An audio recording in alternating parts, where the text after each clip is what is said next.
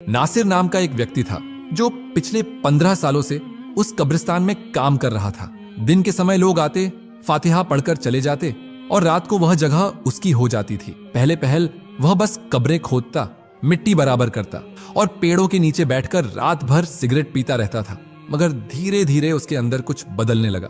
वह नहीं जानता था कि वह क्या था। शायद तन्हाई, शायद गुर्बत, शायद उसकी अपनी बिगड़ी हुई सोच। रात के वक्त जब पूरा कब्रिस्तान खामोश होता तो वह सोचता कि यह लाशें कितनी पुरसुकून हैं, न बोलती हैं, न कुछ मांगती हैं, न किसी का खौफ रखती हैं। फिर उसके अंदर एक अजीब सा ख्याल जागा और यूं वह उस गुनाह की तरफ बढ़ता गया जिसे बयान करते हुए भी शर्म आती है। आज भी ऐसी ही रात थी। आसमान बिल्कुल स्याह था और हवा में नमी की सी खुशबू थी। कब्रिस्तान के दरख्त हल्की हवा में सरसरा रहे थे। वह एक पुराने मकबरे के पीछे बैठा सिगरेट पी रहा था। आज उसका दिल अजीब बेचैन था। उसे लगता था आज कुछ होने वाला है। वह अक्सर रातों को छुपकर देखता रहता कि कहाँ कोई ताजा कब्र बनी हो ताकि सुबह होने से पहले अपना काम कर ले। मगर आज कुछ अलग था। दूर सड़क की तरफ से एक गाड़ी के रुकने की आवाज आई। उसने चौंक कर सिगरेट फेंकी और दरख्त के पीछे छुप गया। कब्रिस्तान के इस हिस्से में रात के वक्त कोई नहीं आता था। उसने सांस रोकी और देखने लगा। सड़क पर एक सफेद गाड़ी रुकी। उसकी हेडलाइट्स कब्रिस्तान की दीवार पर पड़ रही थी। गाड़ी के अंदर दो नौजवान बैठे थे। कुछ देर वह बैठे रहे जैसे कुछ सोच रहे हों। फिर दोनों ने दरवाजे खोले और बाहर निकल आए। उसके दिल की धड़कन तेज हो गई। उसने देखा उन्होंने गाड़ी का पिछला दरवाजा खोला। अंदर कोई लंबा सा पैकेट रखा हुआ था, जैसे कपड़े में लिपटा जिस्म। दोनों ने बड़ी एहतियात से वह पैकेट बाहर निकाला। उसे फौरन अंदाजा हो गया कि वह किसी की लाश है। उनके चेहरों पर घबराहट थी, जैसे वह कुछ गलत कर रहे हों। एक बोला, जल्दी करो, किसी ने देख लिया तो मुसीबत हो जाएगी। दूसरा बोला, मैंने कहा था रात का वक्त बेहतर है, सुबह का इंतजार करते तो सब देख लेते।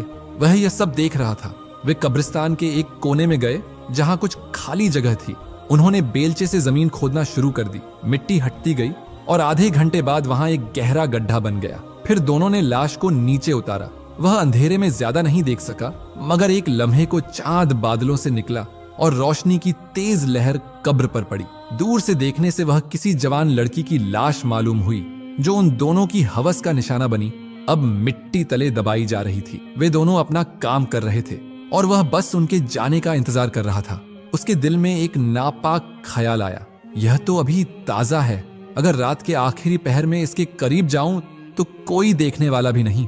उसने सर झटकने की कोशिश की, मगर वह ख्याल जैसे दिमाग में जड़ पकड़ चुका था। वे दोनों नौजवान जल्दी जल्दी मिट्टी डालने लगे। एक लम्हे को उसने महसूस किया कि उनकी हरकतों में कुछ अजीब सापन है, जैसे दफनाने से पहले वह कुछ कर रहे हों। वह साफ नहीं देख पाया, मगर अंदाजा हुआ कि वे लड़की के जिस्म के साथ कुछ नाजेबा हरकतें कर रहे हैं। उसकी सांस अटक गई। उसके दिल में गुस्से के बजाय एक और तरह का ख्याल आया, यह सब करके जा रहे हैं और मैं तो यहाँ का रहने वाला हूँ। इनके जाने के बाद तो कब्र मेरी होगी। उसे अपने अंदर एक खौफनाक सा सुकून महसूस हुआ। कुछ देर बाद वे दोनों मिट्टी बराबर करके हाथ झाड़ते गाड़ी में बैठ गए। गाड़ी की रोशनी धीरे धीरे सड़क के मोड़ पे गायब हो गई। कब्रिस्तान में फिर से खामोशी फैल गई। हवा रुकी हुई थी। चांद फिर बादलों के पीछे छुप गया। वह आहिस्ता आहिस्ता अपनी जगह से उठा। उसके हाथ कांप रहे थे, मगर दिल कह रहा था, आज किस्मत तेरे साथ है नासिर, आज की रात खास है। वह कदम कदम चलता उस ताजा कब्र के करीब गया। अभी मिट्टी गीली थी। हाथ लगाते ही ठंडक महसूस हुई। उसने इर्द गिर्द देखा, अंधेरा छाया था। सिर्फ दूर एक बल्ब कब्रिस्तान के दरवाजे पे टिमटिमा रहा था। उसने बेलचा उठाया। पहला वार जमीन पे किया तो मिट्टी की भीनी खुशबू उठी। दूसरा वार, तीसरा वार, मिट्टी हटती गई। उसके दिल की धड़कन तेज से तेज होती जा रही थी, जैसे वह किसी खौफ नहीं बल्कि किसी ख्वाहिश के पीछे भाग रहा हो। जब आधी कब्र खुल गई तो उसने टॉर्च निकाली, रोशनी नीचे डाली। चेहरा अभी मिट्टी से ढका था, मगर उसने कपड़े की झलक देखी। सफेद कफन का किनारा हल्का सा हिल रहा था, जैसे हवा चल रही हो। वह कुछ लम्हे रुक गया। उसके कानों में अपनी ही सांसों की आवाज गूंज रही थी। फिर अचानक उसने वह जुमला खुद से कहा, अब या कभी नहीं, नासिर। और वह झुकने लगा। कफन का सफेद टुकड़ा चमक रहा था, जैसे चांदनी खुद उस पर उतर आई हो। उसने आहिस्ता आहिस्ता हाथ बढ़ाया। दिल जोर जोर से धड़क रहा था। वह सोच रहा था कि कोई देख न ले, मगर रात मुकम्मल खामोश थी। हर तरफ अंधेरा और कब्रों के सिवा कुछ नहीं था। उसने मिट्टी को और हटाया और फिर आहिस्ता से हाथ डाल के लाश को थोड़ा ऊपर खींचा। उसके जिस्म की हरारत उसके बाजुओं में मुंतकिल हो रही थी। वह अभी ताजा लाश थी। उसके अंदर का जुनून अब काबू में नहीं था। उसने कफन के ऊपर से हाथ फेरा और एक लम्हे के लिए सांस रुक गई। वह लड़की वाकई बहुत कम उम्र थी। उसने खुद को रोका, मगर नजर उसके चेहरे पर जाने लगी जो अभी मिट्टी में दबा हुआ था। उसने दिल ही दिल में कहा, एक नजर चेहरा तो देख लूं कौन है जिसे इतनी रात में दफना के गए। उसने कपड़े का किनारा पकड़ा, हाथ कांप रहा था, मगर दिल कह रहा था, देख नासिर, आज की रात तुझे कभी नहीं भूलेगी, बस आखिरी बार कर ले। उसने कपड़ा जरा सा हटाया तो एकदम लगा जैसे वह लाश सांस ले रही हो। वह ठिठक गया, दिल की धड़कन रुक सी गई। उसने खुद को बहलाया, शायद वहम है। फिर आहिस्ता से पूरा कपड़ा हटाया। अगले लम्हे उसका खून जम गया। वह लड़की की आंखें खुल चुकी थीं, जो अंधेरे में चमक रही थी। वह सीधा उसे देख रही थी। उन आंखों में जिंदगी की आखिरी चमक थी, जैसे कोई बंद होती शमा थरथरा रही हो। वह पीछे हटा, उसका गला खुश्क हो गया, लबों से आवाज नहीं निकली। उसने महसूस किया वह हल्का सा सांस ले रही है। उसके होंठ थोड़े थोड़े हिल रहे थे, जैसे कुछ कहना चाहती हो। उसने कांपते हाथों से टॉर्च उठाई और रोशनी उसके चेहरे पर डाली, मगर रोशनी के जाविये से सिर्फ उसकी आंखें दिखाई दे रही थीं। बाकी चेहरा अंधेरे में गुम था। उसने सोचा शायद यह वहम है, मगर नहीं, वह जिंदा थी। वह खौफ से पीछे हटा, उसका दिल जैसे सीने से निकल बाहर आ जाए। हर कब्र की खामोशी अब शोर बन चुकी थी। उसने पीछे कदम बढ़ाए, मगर पैर मिट्टी में धंस गए। वह गिरने ही वाला था कि अचानक वह लड़की के होंठों से हल्की सी टूटी हुई आवाज निकली, इतनी धीमी कि जैसे कोई हवा में फुसफुसाहट कर रहा हो। वह जो उसके मुंह पर हाथ रखने वाला था कि उसकी अटकती सांस ठहर जाए और वह अपनी ख्वाहिश की तकमील कर सके, जो अब सीना तोड़ के बाहर आ रही थी, कि अचानक बिजली जोर से चमकी और उसका चेहरा स्पष्ट हुआ। और वह लम्हा जैसे उसकी पूरी जिंदगी के मुंह पर तमाचे की तरह लगा। उसे लगा शायद यह वहम है, इसीलिए टॉर्च लाइट उसके चेहरे पर मारी ताकि तसल्ली कर ले। उसका चेहरा चमक उठा और वह अंधेरों में डूब गया, क्योंकि वह कोई और नहीं बल्कि उसकी ही। वह बचपन से ही बदसूरत था। लोग उसे देख हंसते थे। उसके चेहरे पर अजीब सुर्ख स्याह निशान थे। दाहिनी आंख के नीचे गहरा तिल और नाक जरा टेढ़ी थी। अम्मी हमेशा कहती थीं, अल्लाह ने तुझे किसी आजमाइश में पैदा किया है नासिर, तेरा नसीब काला है। बचपन में जब वह गली में खेलने निकलता तो बच्चे उसका मजाक उड़ाते। किसी ने कभी उसे अपने साथ खेलने नहीं दिया। वह छुप कर रोता था, मगर किसी ने उसकी आंखों के आंसू नहीं देखे। अब्बा मजदूर थे, सारा दिन ईंटें उठाते और रात को थके हारे घर आते। उनके पास उसके लिए कभी वक्त नहीं होता था। वे उसे देखकर बस एक जुमला कहते, जाके पढ़ाई कर, कम अज कम इंसान तो बन जा। मगर वह क्या पढ़ता? उसका दिल पढ़ने में नहीं लगता था। स्कूल में सब उसे चिढ़ाते, नासिर भूत, नासिर डरावना कहते। वह खामोश रहता, मगर अंदर ही अंदर टूटने लगा। एक दिन स्कूल के लड़कों ने उस पर मिट्टी फेंकी और कहा, ऐसी शक्ल वाले को तो कब्रिस्तान में रहना चाहिए। वह जुमला उसके दिल में कील बन के बैठ गया। शायद उसी दिन उसने पहली बार कब्रिस्तान की तरफ देखा और सोचा, हाँ, शायद मेरी जगह वही है जहां मुर्दे रहते हैं। वहां कोई हंसता नहीं, कोई मजाक नहीं उड़ाता। वक्त गुजरता गया। वह जवान हुआ, मगर उसकी सूरत में कोई फर्क नहीं आया, बल्कि चेहरा और सख्त हो गया। आईना देखता तो खुद से नफरत होती। उसके इर्द गिर्द के लोग एक एक करके जिंदगी में आगे बढ़ते रहे, शादियां करते, हंसते बसते, घर बनाते, और वह हर रोज कब्रिस्तान के करीब बैठा सिगरेट पीता और सोचता, मेरे नसीब में क्या है। अम्मी की वफात जल्द हो गई। उनके बाद अब्बा ने दूसरी शादी कर ली। नई माँ ने उसे कभी बेटा माना ही नहीं। वह हमेशा कहती रही, नासिर, तेरे कदम मनहूस हैं, तेरे साथ कोई खुश नहीं रह सकता। अब्बा भी उसकी बातों में आ गए और एक दिन उसे घर से निकाल दिया। बस एक पुराना बिस्तर और चंद कपड़े दिए और कहा, जा, अपनी जिंदगी खुद जी। वह घर छोड़ के निकल आया। कई दिन भटकता रहा। कभी किसी दरवाजे पे मजदूरी मांगी, कभी होटल में बर्तन धोए, मगर लोग उसकी शक्ल देख के दूर हट जाते, जैसे वह कोई बीमारी हो। फिर एक दिन एक मौलवी कब्रिस्तान के दरवाजे पे बैठे मिले। उसने उनसे पानी मांगा। उन्होंने पूछा, काम करेगा? उसने हाँ कहा। उन्होंने कहा, कब्रें खोदने का काम है, रात को आना। उसने कहा, मुझे रात से डर नहीं लगता।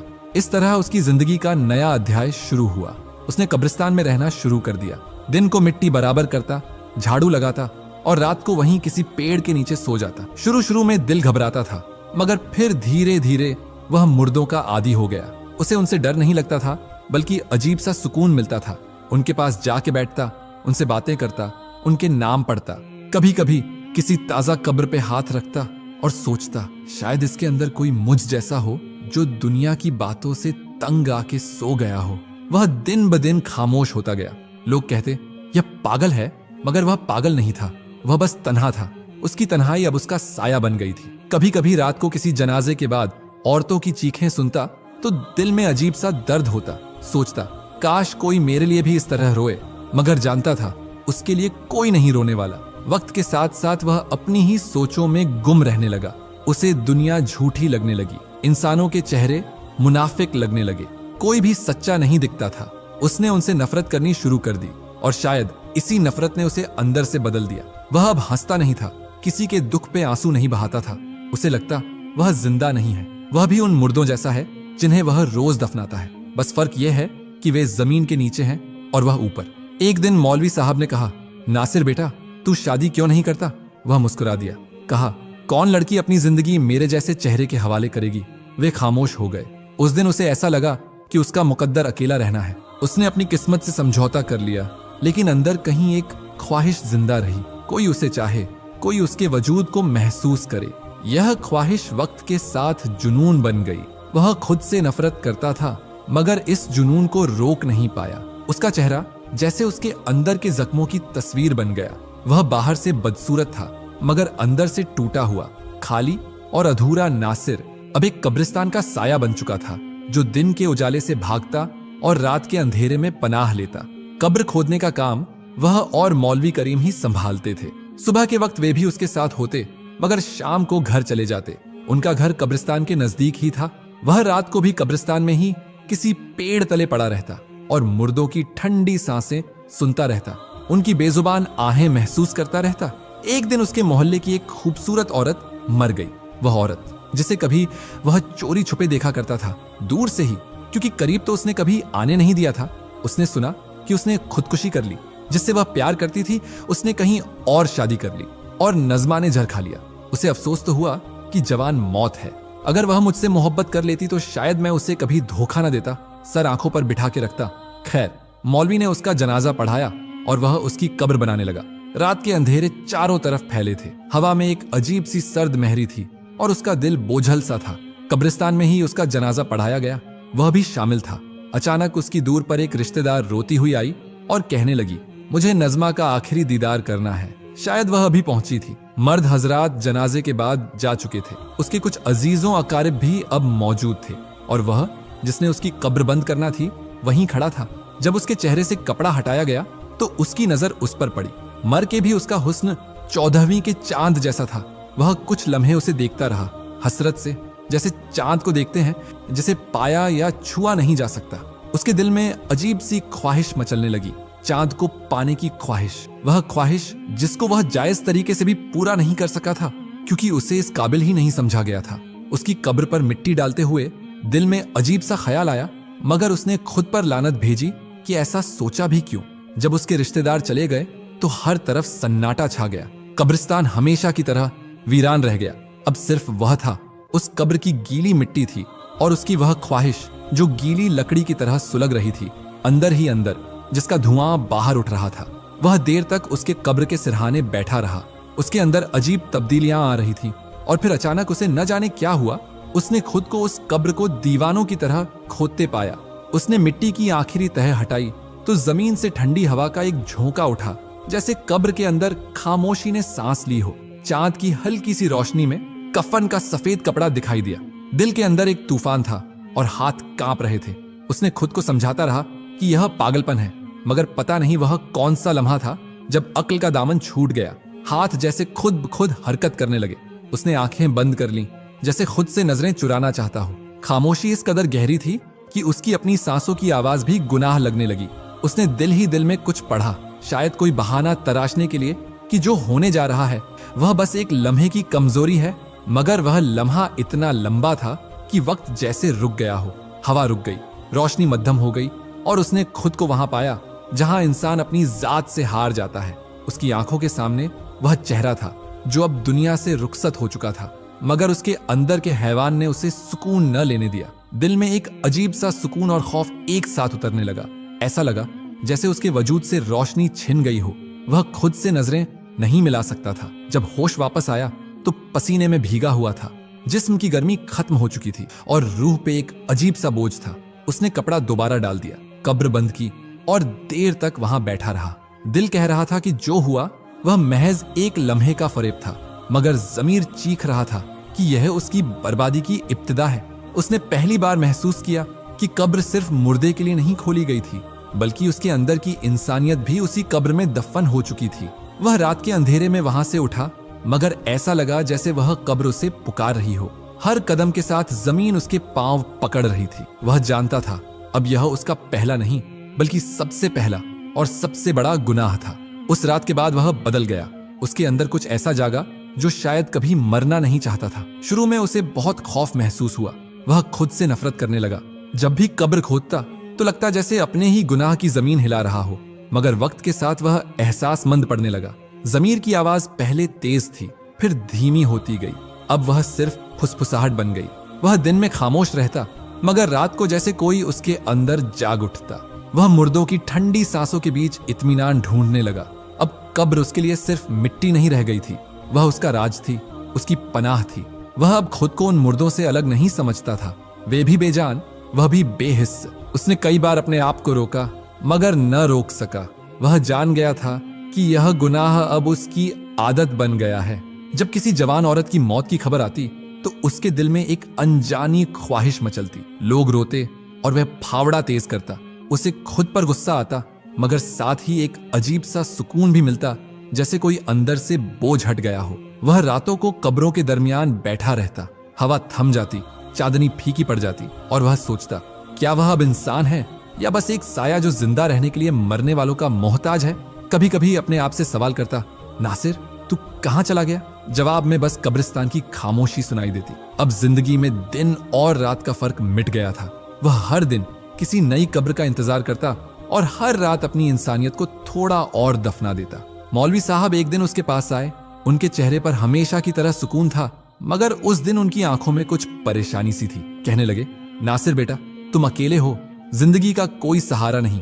मेरी एक बेटी है सलमा, वह बेवा है। एक 6 साल की बच्ची भी है। कोई उसे रिश्ता नहीं देता। लोग उसके पति की वजह से बात करने से भी हिचकिचाते हैं। मैं चाहता हूं तुम उससे निकाह कर लो। इस तरह तुम्हें घर मिल जाएगा और वह भी एक महफूज जिंदगी पा लेगी। वह उनकी बात सुन के कुछ देर खामोश रहा। दिल में एक अजीब सा एहसास पैदा हुआ, जैसे बरसों की तन्हाई का कोई सहारा मिलने जा रहा हो। उसने मौलवी साहब की आंखों में खुलूस देखा तो हामी भर ली। शायद यही वक्त था कि वह अपनी जिंदगी को किसी सिमत दे सके। निकाह के दिन मौलवी साहब के घर में सादगी थी। कुछ गवाह बैठे थे। उसने कबूल है कहा और सोचा, शायद अब मेरी जिंदगी बदल जाए। सलमा को पहली बार उसने उसी दिन करीब से देखा। वह तकरीबन 40 साल की होगी। चेहरे पे थकान थी, मगर आंखों में एक ठहरा हुआ दर्द नजर आता था। वह बेवा औरत थी, मगर अंदाज में हया थी। बोलने में नरमी थी, मगर चेहरे पे वक्त की सख्ती के निशान थे। उसकी 6 साल की बच्ची माह खामोशी से माँ का दुपट्टा पकड़े खड़ी थी। उसकी मासूम आंखों में खौफ और अजनबियत थी। उसने उसे देख एक लम्हे के लिए दिल नरम होता महसूस किया, मगर फौरन अंदर से एक अनजानी बेचैनी ने जगह ले ली। दिल चाहा भाग जाऊं, मगर कदम रुके रहे। उसने खुद से कहा, नासिर अब तो यह तेरा घर है, यही तेरी जिंदगी है। निकाह के बाद वह सलमा के साथ रहने लगा। उसने कोशिश की कि उसके साथ अच्छा बर्ताव करे। वह नरमी से बात करती, उसके लिए खाना बनाती, उसकी जरूरतों का ख्याल रखती। सबसे बढ़कर उसके चेहरे को देख मुंह न मोड़ती, मगर वह उसके करीब आके भी खुद को दूर महसूस करता। उसके चेहरे पर मायूसी छुपी नहीं रहती थी। वह समझती थी कि वह उसे कबूल नहीं कर पा रहा, मगर कुछ कहती नहीं थी, सिर्फ खामोशी से उसकी तरफ देखती रहती। कभी कभी वह हिम्मत करके बात करती कि नासिर अगर तुम खुश नहीं हो तो कह दो, मैं सब समझ जाऊंगी।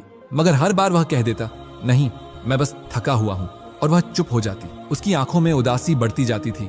माँ अक्सर उसके पास आके बैठ जाती, कभी कुछ नहीं कहती, बस अपने छोटे हाथों से उसकी उंगली पकड़ लेती और मुस्कुरा देती। वह उसकी मुस्कुराहट देख के चंद लम्हों के लिए खुद को इंसान महसूस करता, मगर फिर वही खालीपन लौट आता। वह जानता था कि वह सलमा के साथ इंसाफ नहीं कर रहा, मगर खुद को बदल नहीं सकता था। उसके करीब जाता तो दिल में अजीब सा बोझ महसूस होता, जैसे कोई दीवार उसके बीच में खड़ी हो।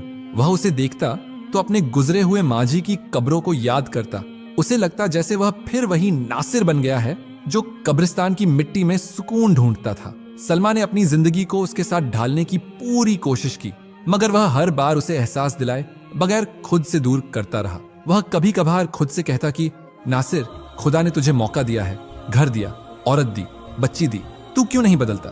मगर फिर अंदर से एक आवाज आती, तू बदल नहीं सकता, कब्रिस्तान तेरी आदत है, वहां की मिट्टी तेरी सांसों में रच चुकी है। सलमा की बातों में प्यार था, मगर वह उसे सुन के भी बेअसर रहता। वह उसकी मौजूदगी में भी तन्हा रहने लगा था। हवा में वही पुरानी खुशबू थी, वही खामोशी जो उसे सुकून देती थी। वह जानता था कि यह सब गलत है, मगर अब यह उसकी आदत बन चुकी थी। वह एक घर पाके भी बेघर था, एक बीवी पाके भी तन्हा था, एक बच्चे की मासूम मुस्कुराहट देखकर भी दिल खाली था।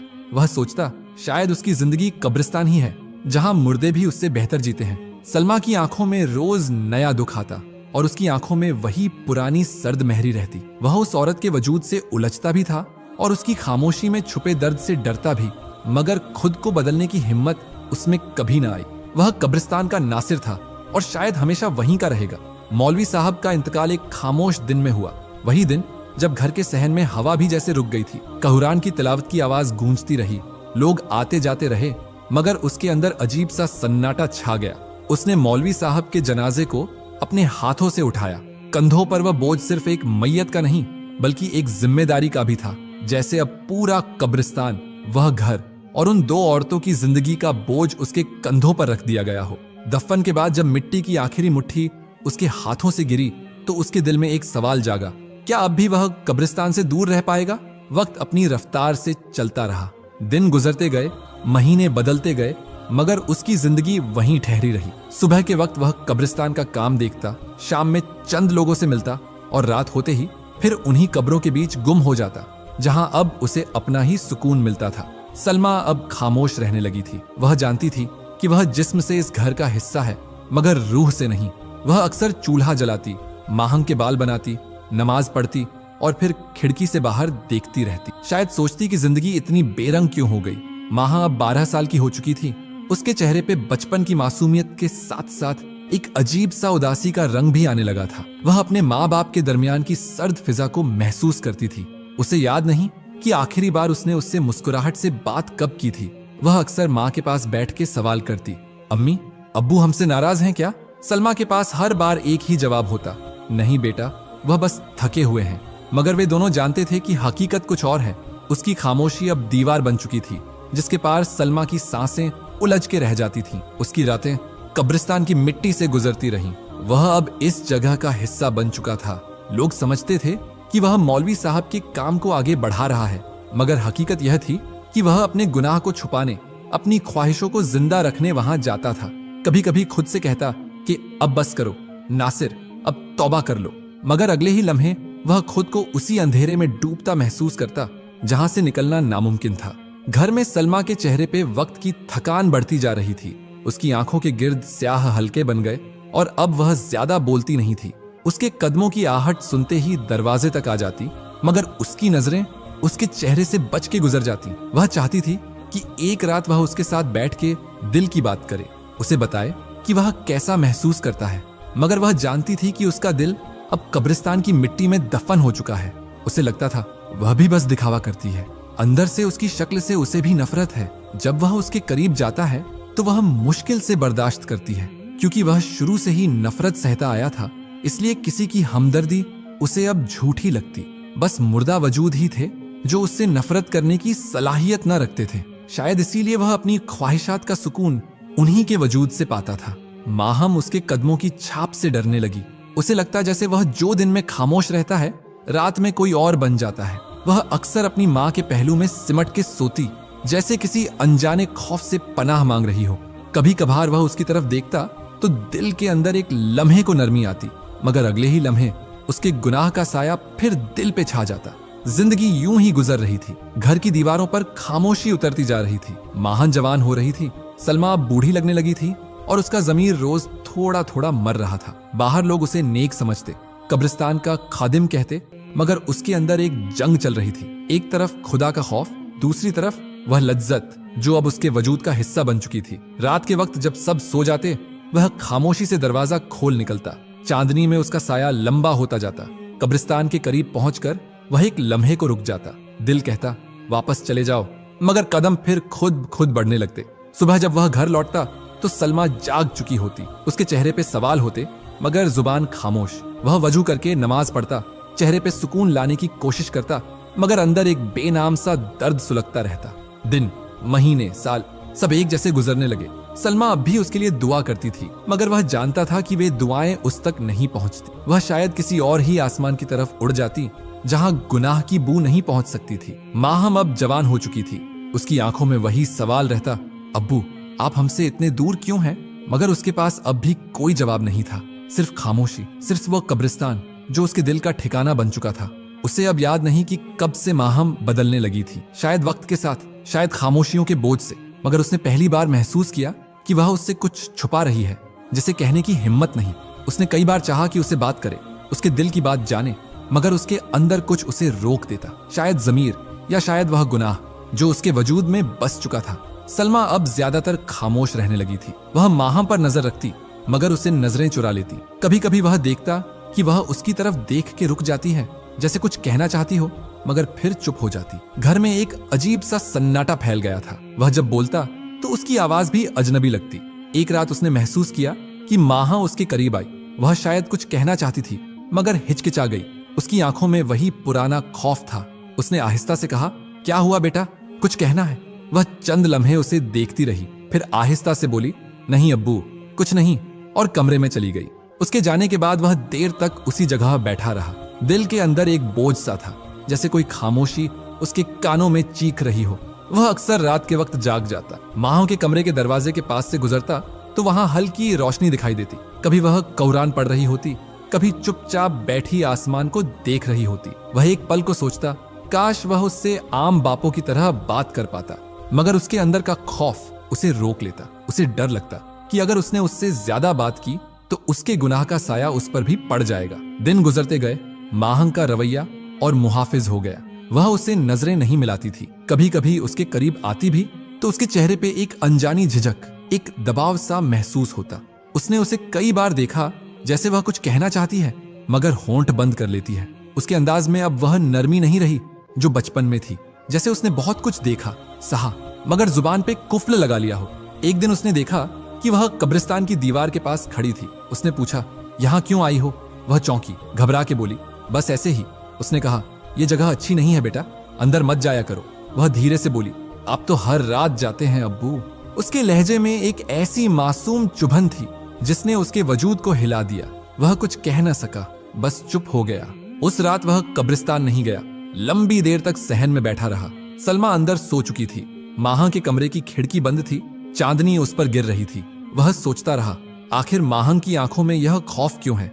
वह उससे क्या छुपा रही है, या शायद वही कुछ छुपा रहा है? दिन गुजरते गए, मगर यह एहसास बढ़ता गया कि कुछ बदल रहा है। माहंग की खामोशी अब सिर्फ शर्म या अदब नहीं लगती थी। उसके अंदर कोई उलझन, कोई राज पनप रहा था। और वह जो दूसरों की कब्रें संभालता था, अब अपने घर के अंदर एक खामोश कब्र के सामने खड़ा था, जिसने शायद एतमाद, मोहब्बत और बाप बेटी के दरमियान का रिश्ता दफन हो चुका था। वह अक्सर खुद से कहता, नासिर, तूने अपनी रूह कब्रिस्तान में छोड़ दी, मगर अब लगता है कि वह अंदर तेरे घर में भी उतर आया है। और तब वह सोचता, शायद बहुत जल्द कुछ होने वाला है, कुछ ऐसा जो उसकी खामोश दुनिया को चीर के रख देगा। वह दिन उसकी जिंदगी का सबसे भारी दिन था। सुबह मामूल के मुताबिक गुजरी। सलमा चूल्हा जला रही थी। वह कब्रिस्तान के कुछ काम निपटा रहा था। माहन ने कहा था कि बाजार जा रही है, कुछ कपड़ा लेना है। उसने इजाजत दे दी, बस इतना कहा कि शाम तक वापस आ जाना। वह मुस्कुरा के बोली, ठीक है अब्बू। मगर वह शाम कभी वापस न आई। सूरज ढला तो सलमा दरवाजे पर खड़ी हो गई। हर आहट पर चौंक जाती, हर गुजरने वाले चेहरे को देख के सवाल करती, नासिर, वह आई क्या? उसने बार बार बाहर निकल के देखा। गली सुनसान थी। दिल में एक अनजाना खौफ सर उठा रहा था। रात होने लगी तो सलमा के चेहरे पे रंग उड़ने लगा। वह बार बार दरवाजे की तरफ देखती, कभी आसमान को जैसे खुदा से फरियाद कर रही हो। उसने कई घरों पर दस्तक दी, कोई खबर न मिली। मोहल्ले वाले जमा होने लगे। सबके चेहरों पर हैरत और फुसफुसाहटें थीं। एक औरत बोली, नासिर, तुम्हारी माह को चौधरी नईम का बेटा अक्सर बाजार में तंग करता देखा है, अल्लाह खैर करे। उसने सुना तो उसे लगा जैसे जमीन पांव के नीचे से निकल गई। उसने कहा, वह तो शहर पड़ता है। मगर औरत बोली, अब कुछ दिनों से आया हुआ है, मैंने खुद देखा है कि वह माहों के पीछे पीछे जाता है। उसका दम घुटने लगा। वह भागता हुआ चौधरी के डेरे पे पहुंचा। उनके दरवाजे पे पहरेदार खड़े थे। उसने चीख के कहा, मेरी बच्ची कहाँ है? तुम्हारे बेटे ने क्या किया उसके साथ? अंदर से हंसी की आवाज आई। चौधरी नईम खुद बाहर आया। उसके चेहरे पे रौब था। उसने कहा, बदजुबान मत बन नासिर, तेरी बेटी भाग गई होगी, हमारे घर को बदनाम न कर, मेरा बेटा शहर में है।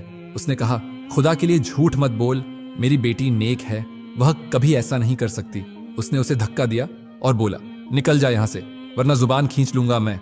वह जमीन पर गिर पड़ा, उसके हाथ मिट्टी में ढंसते गए, दिल में आग लग गई, मगर जुबान पे कुछ न आया। वह उठा और खामोशी से वापस आ गया। घर पहुंचा तो सलमा की हालत देखने के काबिल नहीं थी। वह दरवाजे पे बैठी थी, बाल बिखरे, चेहरा आंसुओं से तर। उसने कहा, कुछ पता नहीं चला। वह चीख के बोली, नासिर, मेरी बच्ची कहाँ गई? तुम कब्रिस्तानों के मुर्दों को संभालते रहे और अपनी जीती जागती बेटी का ख्याल न रखा। उसकी आवाज में इतना दर्द था कि वह कुछ बोल ही न सका। वह दीवार से लग के बैठ गई, बार बार कहती, या अल्लाह, मेरी माँ कहाँ है? रात भर वह गलियों में भटकता रहा, कभी नदी किनारे, कभी बाजार के सुनसान कूचे में। हर दरवाजे पे जाके पूछता, किसी ने नहीं देखा, कहाँ गई? वह मासूम जिसने कभी ऊंची आवाज में बात नहीं की थी, वह हर आहट पे चौंकता, हर साए को देख के भागता, शायद वही हो, मगर खाली हवा के सिवा कुछ न मिलता। सुबह होने लगी तो वह थक के कब्रिस्तान के दरवाजे पे जा बैठा। धुंध के अंदर मिट्टी की खुशबू थी। उसने आसमान की तरफ देखा और बस इतना कहा, या रब, मैंने बहुत गुनाह किए हैं, मगर अब मेरी बेटी को लौटा दे। दिन गुजरने लगे, मगर माहंग की खबर न आई। मोहल्ले वाले अब तरह तरह की बातें करने लगे। कोई कहता वह किसी के साथ भाग गई, कोई कहता चौधरी के आदमियों ने उठा लिया। सलमा का हाल दिन ब दिन बिगड़ता गया। वह चुपचाप रहने लगी, न खाना खाती न सोती, बस एक ही बात दोहराया जाती, नासिर, मेरी बच्ची वापस आ जाएगी ना? वह उसके सामने खामोश खड़ा रहता, अंदर से टूट चुका था। वह खुद को मुजरिम समझता, हर लम्हा हर सांस बोझ बन गई थी। रातों को कब्रिस्तान जाता तो अब वह जगह भी उसे सुकून नहीं देती थी। कब्रों की मिट्टी जैसे उससे सवाल करती, कहाँ है वह जिसे खुदा ने तेरे हवाले किया था? वह इन सवालों से भाग नहीं सकता था और दिल के अंदर एक अजीब सा एहसास जन्म लेने लगा, जैसे अब कुछ होने वाला है, कोई तूफान जो उसकी जिंदगी के बाकी मलबे को भी बहा ले जाएगा। और ऐसा ही हुआ। एक दिन सलमा, उसकी एकमात्र हमदर्द, भी चल बसी। सलमा के मरने के बाद उसका दिल जैसे अंदर से खाली हो गया था। घर में अब कोई आवाज नहीं थी, बस सन्नाटा था जो हर दीवार से टकरा के वापस उसके अंदर गूंजता था। उस दिन सुबह वह चूल्हे के पास बैठी थी, हाथ में माह का दुपट्टा पकड़ा हुआ था। उसने कहा, सलमा, कुछ खा लो, मगर उसने उसकी तरफ देखा भी नहीं, बस आहिस्ता से कहा, नासिर, माहम अब नहीं आएगी, और फिर आंखें बंद कर ली। वह भागा, उसे पकड़ा, मगर वह जा चुकी थी। उसके चेहरे पे एक अजब सुकून था, जैसे उसने सारे दुख वापस खुदा को लौटा दिए हों। वह देर तक उसके हाथ पकड़े बैठा रहा। उसे यकीन ही नहीं आ रहा था कि वह अब नहीं रही। उसने उसे अपने हाथों से घोंसल दिया, उसके बालों में कंघी की। वही हाथ जिन्हें उसने कभी थामा नहीं, आज कब्र तक पहुंचा रहा था। उसने मौलवी साहब के पहलू में उसके लिए कब्र बनाई। मिट्टी डालता गया, मगर हर मुट्ठी के साथ लगता जैसे वह खुद को दफन कर रहा हो। जब आखिरी मुट्ठी डाली तो हाथ कांप रहे थे, आंखों से आंसू बह रहे थे। उसने पहली बार महसूस किया कि वह औरत जिसे उसने कभी दिल से कबूल नहीं किया, वही उसकी सबसे बड़ी नेमत थी। उसने उसे अब्दी सुकून के हवाले कर दिया, मगर उन औरतों का क्या जिनको उनके अपने उस मिट्टी के हवाले करके चले जाते थे? क्या वे सुकून में और हिफाजत में हैं? और वह उनकी इज्जतें मिट्टी में दबने के बाद भी मिट्टी में मिला देता था। पहली बार इस एहसास ने उसे झंझोड़ के रख दिया और लगा शायद अब कोई कब्र खोदने से पहले वह मर जाएगा शर्म से। घर वापस आया तो दरवाजे से लेकर सहन तक सब कुछ खाली लग रहा था। चूल्हे के पास बर्तन रखे थे, बिस्तर पर उसकी चादर पड़ी थी जिस पर उसके बाल उलझे हुए थे। उसने वह चादर उठाई, सीने से लगा ली, आंखों से आंसू रुके नहीं। बरसों बाद उसने दिल से रोया। सलमा की हर बात याद आने लगी। वह जब खामोशी से खाना रखती थी, जब आहिस्ता से पूछती थी, नासिर, अब थक गए होंगे, और वह जवाब दिए बगैर गुजर जाता। आज वे आवाजें उसके कानों में गूंजती थीं और वह चाह के भी खामोशी नहीं रोक पाता था। रात हुई तो वह कब्रिस्तान चला गया। सलमा की कब्र के पास बैठ गया। चांदनी उसकी मिट्टी पे पड़ी थी। उसने हाथ रख के कहा, सलमा, तुम सच कहती थी, इंसान को सुकून तब मिलता है जब वह किसी का दर्द समझे, और मैंने तुम्हारा दर्द कभी नहीं समझा। तुमने हर दिन मेरा बोझ उठाया, मेरी खामोशी बर्दाश्त की, मेरी बदसूरती से नहीं, मेरे दिल से प्यार किया, मगर मैंने तुम्हें सिर्फ गम दिया। आज जब तुम नहीं हो तो लगता है मैंने सब कुछ खो दिया। वह देर तक वहां बैठा रहा। कब्र की मिट्टी ठंडी थी, मगर उसके अंदर आग जल रही थी। उसने अपने हाथों से मिट्टी को छुआ और दिल से निकला, ऐ खुदा, काश वह सलमा को एक बार कह सकता कि वह उससे मोहब्बत करता है, मगर अब बहुत देर हो गई थी। अब सिर्फ कब्र है, सन्नाटा है, और एक नासिर है जो पहली बार सच में अकेला हो गया है। जिंदगी आहिस्ता आहिस्ता अपने बोझ के साथ रेंगती रही। वह दिन में लोगों की कब्रें बनाता, रात को कब्रिस्तान के किसी पेड़ के नीचे बैठा रहता, कभी आसमान की तरफ देखता, कभी मिट्टी को घूरता जिसके अंदर उसके अपने ही लोग दफन थे। सलमा के जाने के बाद सब कुछ बदल गया था। घर खाली था, दरवाजे की कड़कड़ाहट भी अब खामोशी जैसी लगती थी। वह अक्सर सोचता, काश वक्त थम जाए, पीछे लौट जाए। माहंग को ढूंढने की हर कोशिश नाकाम हुई।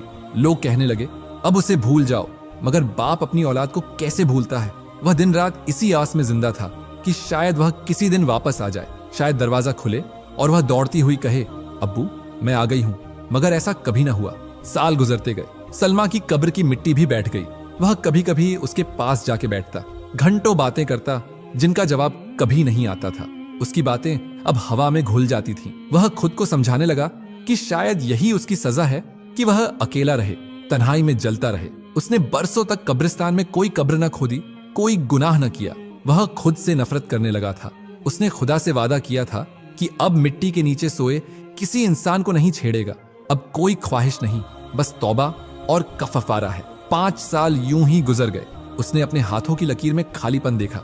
चेहरा झुर्रियों से भर गया, मगर दिल के अंदर वही खालीपन था जो न भर सका। एक रात थी, बहुत पुरसुकून रात, जैसे पूरी दुनिया सो गई हो। वह कब्रिस्तान के किनारे बैठा था। हवा में हल्की सी नमी थी, दरख्तों के पत्तों से शबनम टपक रही थी। उसने दूर से एक गाड़ी की आवाज सुनी। पहले लगा कोई राहगीर होगा, मगर गाड़ी आके ठहर गई। उसने दरख्त की ओट से देखा, 2 नौजवान उतरे। उनके हाथों में सफेद कपड़े में लिपटी कोई चीज थी। वे बार बार इधर उधर देख रहे थे। अंधेरा इतना था कि चेहरे साफ नजर नहीं आ रहे थे, मगर अंदाज से लग रहा था कि वे जल्दी में हैं। उसके कदम खुद ब खुद उनकी सिमत बढ़ने लगे, मगर उसने खुद को रोक लिया। वह छुप के देखने लगा।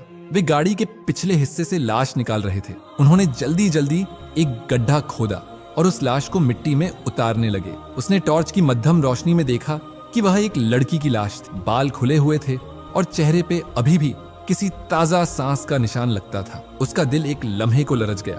कितनी जवान लग रही थी। वह दरख्त के तने से टेक लगाए बस देखता रहा, जैसे वक्त थम गया हो। वे दोनों जल्दी जल्दी कब्र बंद करके गाड़ी में बैठे और अंधेरे में गायब हो गए। अब कब्रिस्तान में सिर्फ वह था। हवा रुक चुकी थी, दरख्तों के पत्ते हिलना छोड़ चुके थे। वह खामोशी से उठा, उस कब्र के करीब आया। मिट्टी अभी गीली थी। हाथ से छू के देखा तो जैसे अंदर से गर्मी उठ रही हो। उसका दिल तेजी से धड़कने लगा। उसने खुद से कहा, नासिर नहीं, अब नहीं। मगर दिल के अंदर कोई पुरानी आवाज जाग उठी, वही आवाज जो बरसों पहले दबाई थी। वह दरख्त के तने से टेक लगाए बस देखता रहा। वह खामोशी से उठा, उस कब्र के करीब आया। मिट्टी अभी गीली थी। हाथ से छू के देखा तो जैसे अंदर से गर्मी उठ रही हो। उसका दिल तेजी से धड़कने लगा। उसने खुद से कहा, नासिर नहीं, अब नहीं। मगर दिल के अंदर कोई पुरानी आवाज जाग उठी, वही आवाज जो बरसों पहले दबाई थी। वह देर तक वहीं बैठा रहा। रात गहरी होती गई, चांद बादलों में छुप गया और कब्र की मिट्टी पे नमी बढ़ने लगी, जैसे कोई फिर उसे बुला रहा हो। उसने खुद को बहुत समझाया, मगर दिल की वह आवाज जो बरसों से दबी हुई थी आज फिर जाग उठी थी, जैसे कोई अंधी ख्वाहिश मिट्टी के नीचे से सर उठा रही हो। उसने चारों तरफ देखा। हवा रुक चुकी थी। आसमान पे चांद बादलों में छुपा हुआ था। सिर्फ कब्रों की खामोशी बाकी थी। उसने कांपते हाथों से मिट्टी हटाना शुरू की। दिल धड़क रहा था, सांस रुक रुक के चल रही थी, मगर अंदर कोई जुनून था जो रुकने नहीं दे रहा था। कुछ देर में सफेद कपड़ा नजर आया। उसने गड्ढा और खोदा और लाश के करीब बैठ गया। कपड़े पे हाथ रखा तो लगा जैसे अभी अभी किसी ने सांस ली हो। वह ठिठक गया, मगर फिर वही पुरानी हवस, फिर वही पुरानी आग उस पर हावी हो गई। उसने कपड़े के किनारे से हाथ बढ़ाया, लरसते हुए उस वजूद को छुआ। बदन ठंडा मगर नरम था। वह कांपते लबों से कुछ बोल भी न सका। बस एक भयानक खामोशी में वह लम्हा जैसे जमीन रुक गई हो। अचानक एक सांस की सी आवाज आई, बिल्कुल मध्यम मगर साफ, जैसे कोई आखिरी सांस हो। वह पीछे हट गया। उसका जिस्म पसीने में डूब गया। उसने घबराकर उसका चेहरा ढांपने वाला कपड़ा आहिस्ता से हटाया। इतने में आसमान पे बिजली चमकी।